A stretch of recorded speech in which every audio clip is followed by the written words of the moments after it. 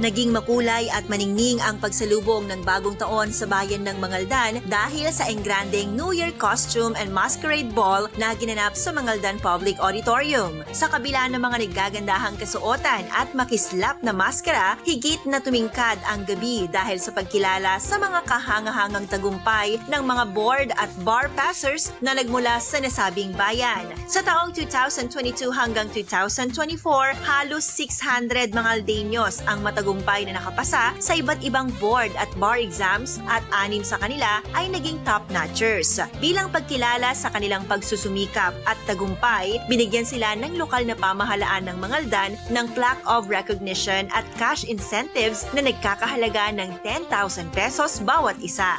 Bukod naman sa pagkilala sa mga passers, nagkaroon din ng masiglang competition sa Costume and Masquerade Ball, kabilang ang Mr. and Miss New Year, Best Costume at Dance Competition. Yan ang ating good news. Ako po si Idol Maya Tatak, IFM.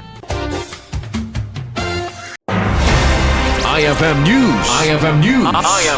IFM News.